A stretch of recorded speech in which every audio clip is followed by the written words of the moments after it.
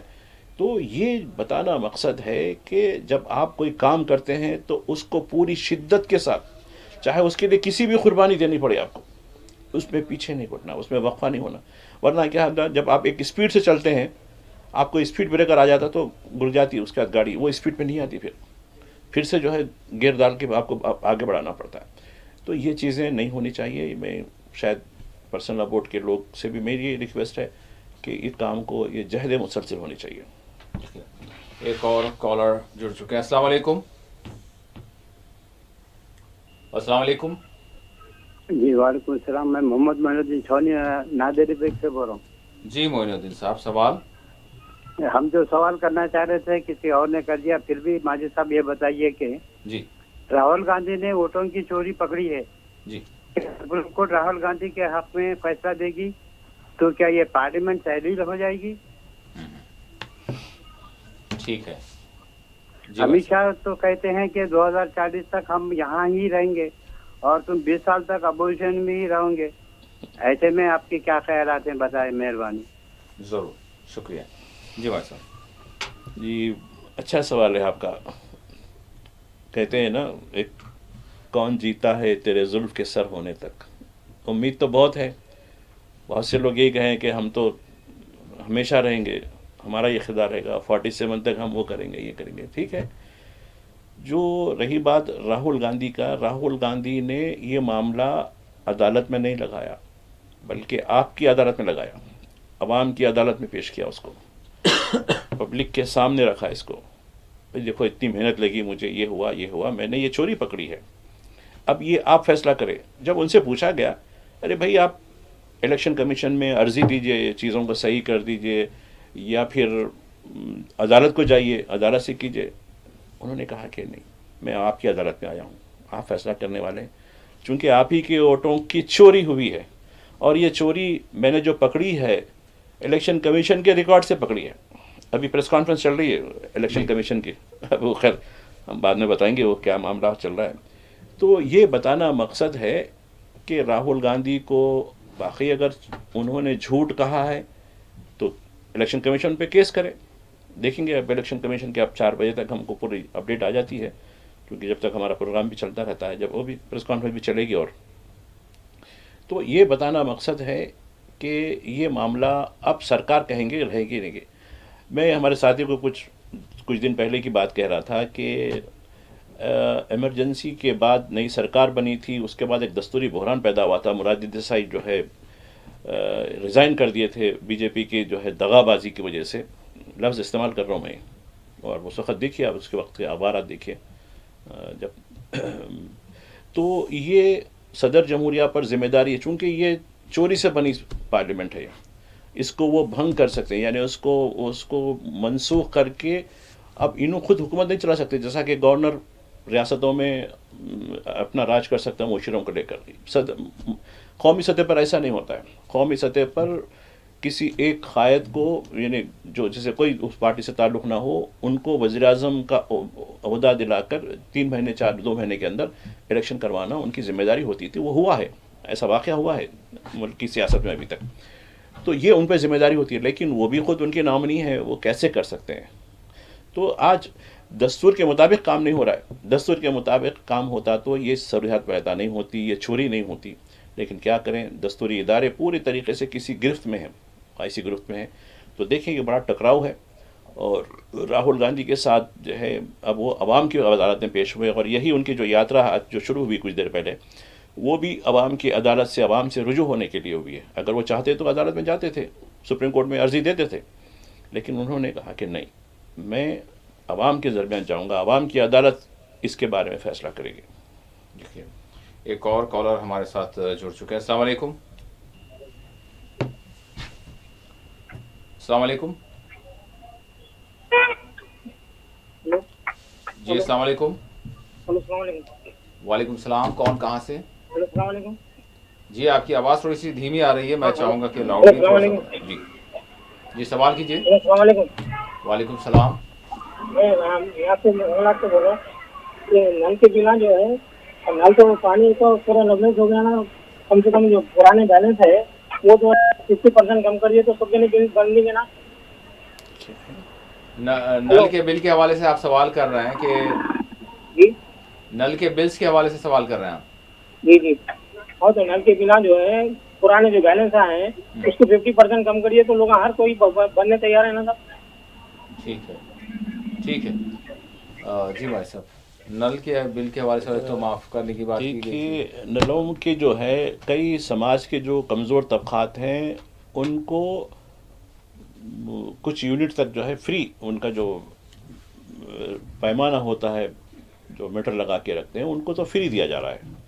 اور دوسری جو بات ہے, عام طور پر جو گھریلو استعمال کے لیے جو پانی استعمال کرتے ہیں اس کا جو ریٹ دوسرے شہروں کے مقابلے میں تو کم ہے. حیدرآباد میں 200 250 300 کچھ ہوئے گا.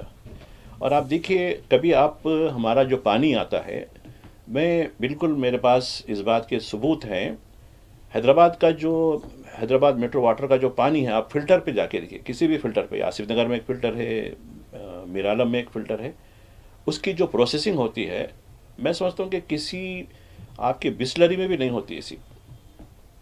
میں بتا رہا ہوں اتنا پانی. خیر وہ نالوں سے کبھی گندگی ملتی فلاں ہمارے پاس غلیظ پانی آ رہا کرا, وہ سوال سپلائی کا ہے. وہ جو آپ کی شکایتیں عام طور پر ہمارے پروگرام میں بھی آتی ہیں, ہمارے علاقے میں گندا پانی آ رہا, تو کہیں نہ کہیں وہ لائن جو ہے ڈرینیج کی لائن سے فلاں لائن سے جو ہونے کی وجہ سے ہوتا ہے. لیکن جو پانی نکلتا ہے فلٹر سے آپ کے پاس, وہ بسلری کے جیسا پانی بس سے اچھا پانی ہوتا ہے.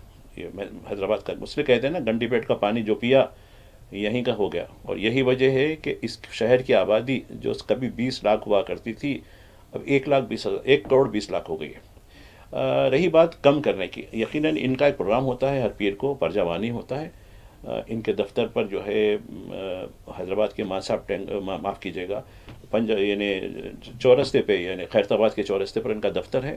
وہاں آپ اپنے انڈیویجولی اگر کوئی معاملات ہیں تو اس کی کنسیشن وغیرہ کے لیے آپ درخواست دے سکتے ہیں. اور وہ کئی درخواستوں میں انٹرٹین بھی کرتے ہیں وہ, چونکہ جو بھی ذمہ دار آفیسرس ہوتے ہیں آپ جس دیکھ کے ٹھیک ہے بھائی ان کو وے آف کرنا ہے, فلاں کرنا ہے, جو بھی کہا ہے معاملہ, تو آپ اس کی پرجاوانی جو ہر پیر کو ہوتی ہے شاید 2 بجے یا 2:30 بجے کے بعد ہوتی ہے, اس میں آپ شریک ہو جائیے, اپنی درخواست پیش کیجیے اس کے بارے میں, اور بولیے کہ بھائی سمپیتھیٹیکلی آپ اس بارے میں غور کیجیے, تو وہ لوگ انڈیویجول کیسز میں معاف بھی کر دیتے ہیں. جی مانی صاحب ہمارے پاس 3 منٹ ہے. میں جاننا چاہوں گا کہ الاسکا کی میٹنگ اور غزہ میں جس طرح کی نسل کشی کا سلسلہ جاری ہے, اور ساتھ ہی ساتھ جو یعنی موسم کے حوالے سے میں کہوں گا, اور کلاؤڈ برس کے حوالے سے, لینڈ سلائڈنگ کے حوالے سے جو واقعات پیش آ رہے ہیں ہمارے ملک میں بھی. دیکھیے الاسکا کی جو میٹنگ ہے وہ ایک امید افزا میٹنگ ہے. جی اس سے امکانی تیسری جنگ کے خطرات کو ٹالا جا سکتا ہے. ابھی اس کا دوسرا فیز بہت جلد شروع ہونے والا ہے ماسکو میں, تو امید بنی ہے کہ کچھ نہ کچھ ہوگی, اور ڈونلڈ ٹرمپ کو نوبل انعام کی بھی ایک دعوے داری اور آ جائے گی. چلیے ٹھیک ہے, ایسا بھی ہوتا ہے. رہی بات سب سے بڑی جو صورتحال اس وقت بر صغیر میں ہے, خاص کر ہندوستان اور پاکستان میں بھیانک صورتحال ہے. اس کی کیا وجہ ہے؟ کلاؤڈ بسٹ کی وجہ سے. دیکھیے ہماری کئی ریاستیں ہندوستان کی متاثر ہیں, اتراکھنڈ, ہماچل, جموں کشمیر, راجستھان, یہ علاقے پوری طریقے سے متاثر ہیں. سینکڑوں لوگ مر چکے ہیں, بے شمار گاؤں تباہ ہو گئے ہیں. تو بدترین صورتحال ہے مانسون کی. خیر مانسون ساؤتھ میں بھی ہے لیکن شدت ضرور ہے, لیکن یہاں کی جو صورتحال ہے, یہاں دیکھیے یہ صورتحال میں کلیمٹی اپنی جگہ ہوتی ہے، لیکن جو سرکاریں ذمہ داری سے کام کرتی ہیں وہ عوام کو راحت پہنچانے کی ہوتی ہے. اب آپ دیکھیے جتنی بارش اتراکھنڈ میں ہوئی اتنی بارش حیدرآباد میں بھی ہوئی، اس سے زیادہ بارش ہوئی، لیکن یہاں کا جو معاملہ ہوا آپ دیکھیے کوئی زیادہ بڑے جانی نقصانات نہیں، کوئی زیادہ نہیں ہے، یہاں بھی کلاؤڈ بسٹ ہوا ہے.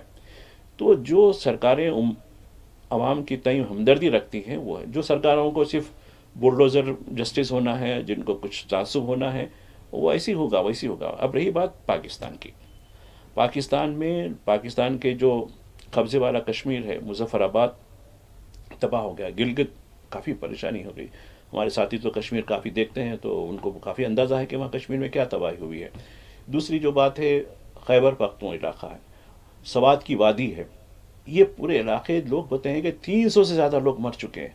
کیونکہ پاکستان میں کس قسم کی سرکاریں چلتی ہیں آپ اندازہ ہے. جس طریقے سے شمال میں ہمارے پاس جو بی جے پی کی زیر قیادت ریاستیں ہیں، ویسی ہی حالت پاکستان اس سے بدتر ہے. پھر بھی یہاں کچھ تو بھی آواز اٹھاتی ہے، لیکن وہاں تو آواز اٹھانے والا کچھ نہیں ہے، کوئی سسٹم الارمنگ سسٹم نہیں ہے کسی قسم کی. اور مجھے دیکھ کے بڑی تباہی ہوئی جس قسم سے پاکستانی یوٹیوبرس نے جو کچھ بھیجا ہم کو، کہ ایسا برا دکھا ہے مجھے کہ بھئی انسانی زندگیوں کا کوئی ان کو احساس نہیں ہے. بس کوئی بھی ہے کہ فوج آ جاتی ہے، کچھ بھی ہے کہ فوج، بس تم لوگ کیا کرتے ہو؟ سیاستدان خالی جو ہے مکھوٹے پہن کے بیٹھے ہو. تو یہ تباہی ٹھیک ہے، یہ کہنا کہ بھئی آسمانی جو ہے بلا ہے فلاں ہے قدرت کی طرف سے ہوا ہے، ارے بھئی تم کو شعور دیا انسانوں کو کہ اس کو تباہی کو حجم کو کم کر سکتے آپ اپنی یعنی دانش مندی سے، اپنی پلاننگ سے، لیکن نہیں ہوا. خیر جو بھی تباہی ہوئی اس پہ تو افسوس ہے، لیکن ساتھ میں ان حکومتوں پر بھی افسوس ہے جو عوام کی بروقت مدد نہیں کر پا رہے ہیں. بہت بہت شکریہ ماہر صاحب، آپ نے وقت دیا. ناظرین اسی کے ساتھ خصوصی پروگرام آپ کے ساتھ یہیں اختتام کو پہنچتا ہے. اللہ حافظ.